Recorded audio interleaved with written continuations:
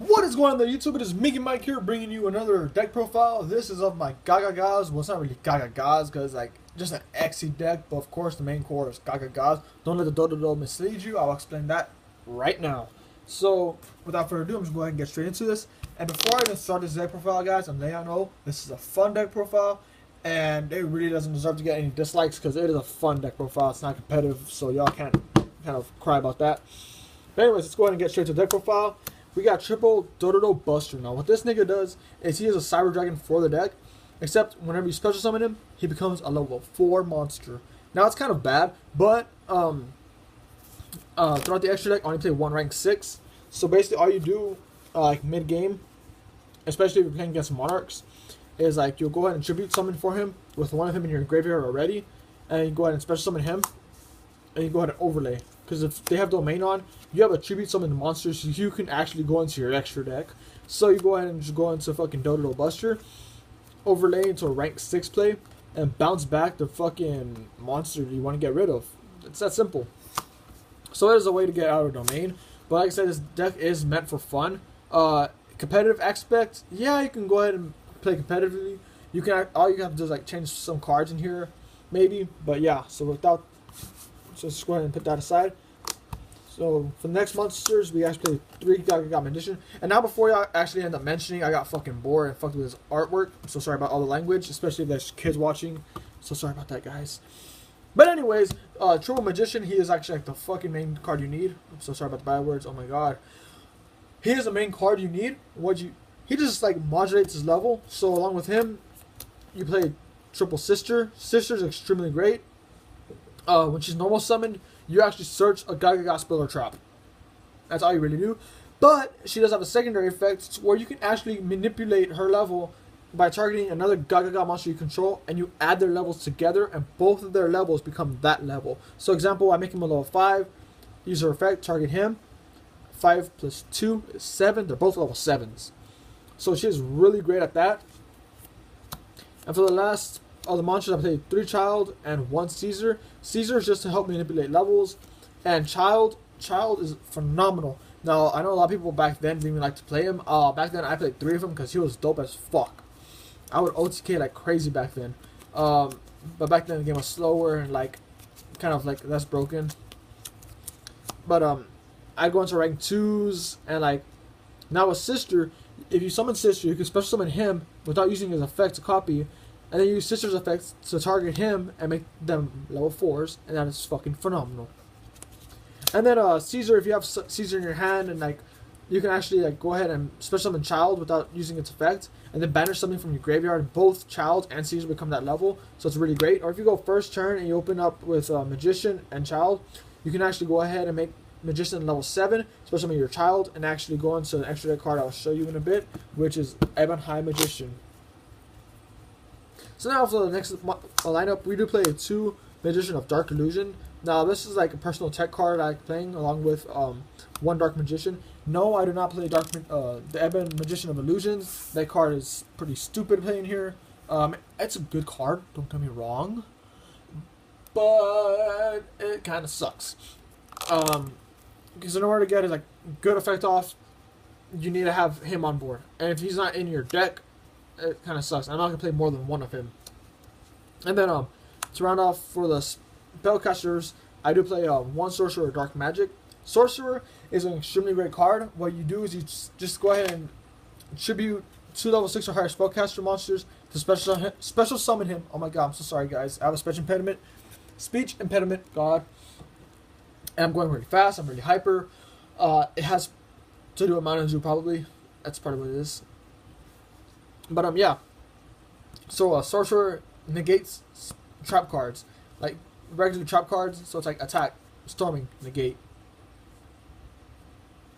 attack, deep prison, negate, attack, rippling, negate. So he has a competitive aspect with him to that.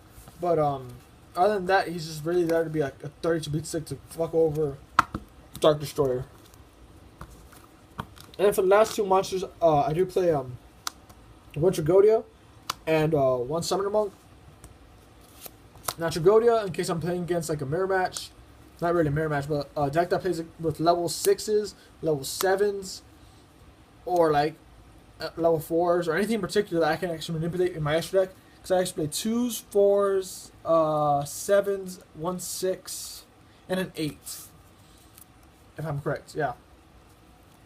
So I can use the Snatch Steal effect. Of course, I don't have a level 8 in my deck to ditch. But I do have other levels in my main deck. So if I play against Dark Magician, for example, I can pinch my fucking Illusions or Dark Magician to go ahead and Snatch Steal their Dark Magician. Then I can activate Tragoti's effects, copy Dark Magician from my graveyard, make him a level 7, 2 level 7 monster right there. Bam. And I believe this nigga only takes 2 level 7. Oh, spellcasters. Oh well. Doesn't matter about that part though, but it's just like an example of what I can do. So that is actually the last bit of the monsters. For the spells, it is quite a good amount of spells. Start off triple Onomata de Para. This is like the rota of the deck. You discard 1 card and search 1, if not 2 of these little archetypes, but only 1 of each. It's Zubaba, Gagaga, Go Go Go, or Do Do Do. You add 1 of those, and that is it, basically, or 2 from like 1 each archetype. So usually, like the actual thing you do is 1 Do Do Do and 1 Gagaga. So 3 Onomata Para is extremely great, and I don't run MST because I actually play Gagaga Bolt. If I control Gagaga Monster, target 1 card on the field, destroy it. This is my version of MST for the deck because it is searchable. So if it's searchable, play it. And then I play 1 Gagaga Revenge and 1 Gagaga Draw because the child, Caesar, and like potentially even Sister and Magician. Once you get multiples in the grave, it's like you can just banish them. They're useless. I actually want to play another one of these, but I don't really have that big of a Gagaga lineup in my deck to actually afford to play 2. So yeah. And then just go ahead and move that aside. And then I do play for the rank ups 1 Quick Chaos, 1 Numeron, and 1 7th one. The 7th one I'll explain later on. It's an extremely good card. And then Quick Chaos for the OTK and Numeron Force in case I want to negate everything on the field because sometimes monster effects can get really annoying. So I'll move this over here. And continuing on, we got a 1 one-shot wand, 1 Hageki, and 1 Book of Moon. This will round off the main the spells. Book of Moon extremely great, especially if you have Dark Illusion in your hand. Easy special summon.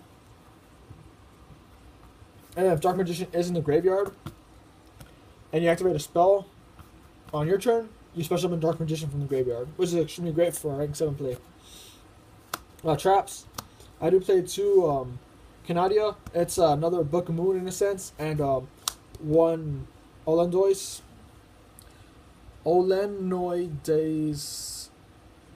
MST. Just 2 Book of Moons and MST. That's basically what these are. And they have utility whenever they're special summoned to be level 2 monsters, which plays into 1 of my extra deck cards, which is just gotcha, let's put it that way. And then I do play 1 Compulse, 1 Bottomless, 1 Tori, and 1 Starlight Road. Starlight Road just in here in case someone tries to Twin Twister me or Raigeki me. It's like, oh, Starlight Road, drop Stardust. Pretty simple. I do play rank 8, so that plays usefulness for my extra deck. Speaking of which, we got 1 Gachi, which is what those traps are. Easy special summon for fodder for Gachi. For competitive aspect, I probably would not play Gachi. I would actually play the actual trap monster for the deck. Can't remember his name at the time. I'd probably play that over Gachi. And then rank 4s, 1 Castell, 1 101. And then I played 2 Utopias because I do play the Lightning. So we got Utopia Ray, then we got Utopia Lightning, and then we got 1 Utopic Dragon. Now this goes in combo play with, you know, just like these are like it's just simple rank up stuff. You know how this works for Lightning, but drop Utopia, and say you have Utopic Dragon. Now this card right here, 7th one. Rank up the 7th one. If you open up with this in your hand, it's a good fodder for Utopic Dragon because all you gotta do is discard 1 rank up magic card, to go ahead and overlay him with a Utopia monster. Now, of course, you can't use Lightning, but you can use Utopia, which is why he's in here, and I played 2 copies of Utopia. Then also, like, once per turn during my turn, I can target one number of monster in my graveyard, special summon in a defense position. Effects are negated, but that's okay. I really don't mind that part. And then, yeah. And 7th one is specified for this little play right here between Masquerade and the Umber or Masquerade. What you do with the 7th one is you actually go ahead and when you draw it, you reveal it to your opponent. You have to show your opponent when you draw it, this card. That way it's like, oh, well, you were holding the card and throw the duel. That's why it says in the text to actually do that. So after this card, you must draw it in your normal draw phase, reveal it, and keep it revealed until the start of main phase 1.